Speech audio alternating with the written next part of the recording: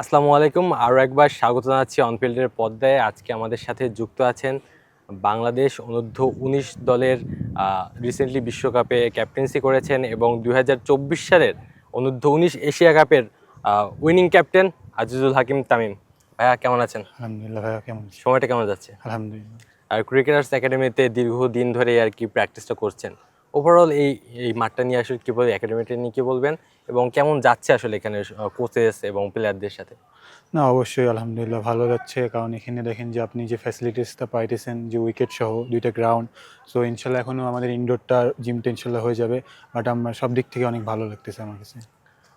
তো ওভারঅল প্রত্যেকটা ক্রিকেটারের আসলে ক্যারিয়ারটা আসলে অনেক বেশি চ্যালেঞ্জিং হয় একদম সেই শুরু থেকে। জি। তো ওভারঅল এই পর্যন্ত যে আসলেন এবং বাংলাদেশের ইতিহাসে একটা পার্ট হয়েছেন, ব্যাক টু ব্যাক বাংলাদেশ অনূর্ধ্ব-19 দলের এশিয়া কাপ জিতলো। তার আগে 2020 সালে যে ওয়ার্ল্ড কাপে যে সেই দলের পার্টটা ছিলেন না, তারপর এবছর ক্যাপ্টেন্সিটা করলেন।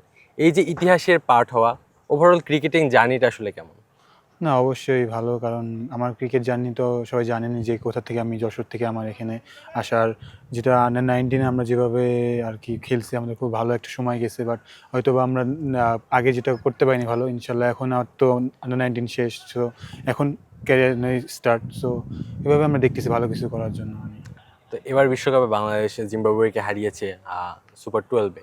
জি। তো ওভারঅল বাংলাদেশ 4 নাম্বার থেকে পজিশনটা শেষ করেছে। অবভিয়াসলি একটা এক্সপেকটেশন ছিল আরও সামনের দিকে আগাবে। জি। তো এই যে ওভারঅল টুর্নামেন্টটা এবারে যে আসরটা গেল, এটা নিয়ে কি বলবেন?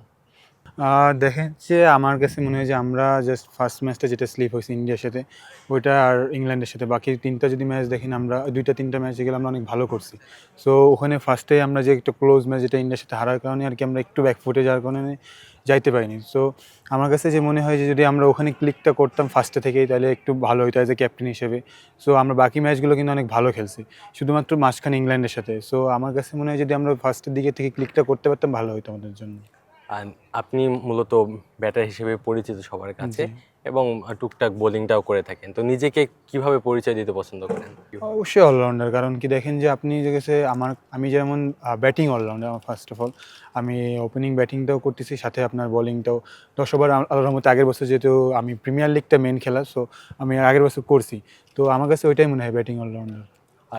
তো ওভারঅল সবারই একটা স্বপ্ন থাকে জি, নিজেকে ন্যাশনাল টিমে নিয়ে যাওয়া। জি, তো এই যে আন্ডার 19 ক্যারিয়ারটা শেষ করলেন, এবার ন্যাশনাল টিমের দিকে অবভিয়াসলি ফোকাস। জি। তো কি স্বপ্ন আসলে সামনে? না, অবভিয়াসলি দেখেন যে আমার আমার আসলে দেখেন যে আমার শুধু ন্যাশনাল টিমে খেলা একটা না। আমি সবসময় বলি যে বাংলাদেশকে একটা একটা আইসিসি ট্রফি নেয়া, এটা আমার ফার্স্ট অফ অল দায়িত্ব। কারণ কি এজ এ প্লেয়ার হিসেবে আমরা সবাই পারি যেটা, যে বাংলাদেশকে খেলতে পারবো, ওখানে যাওয়ার একটা স্বপ্ন থাকে। বাট ২ বছর ৩ বছর খেলে আমরা চলে আসি।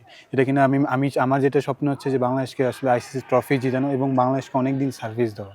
এটাই আর কি ফার্স্ট অফ অল। আর অ্যাজ এ প্লেয়ার নিজেকে কিভাবে দেখেন? অ্যাজ এ প্লেয়ার হিসেবে না, আপনি দেখেন যে টিম যেটা ডিমান্ড করে ওইটাই। অ্যাজ এ প্লেয়ার হিসেবে তো আমার কাছে 1000 রান, 20,000, 30,000 রান অবশ্যই অনেক, যদি বলতে এমন অনেক যাবে। বাট অ্যাজ এ প্লেয়ার হিসেবে টিম ডিমান্ড যেটা আর কি।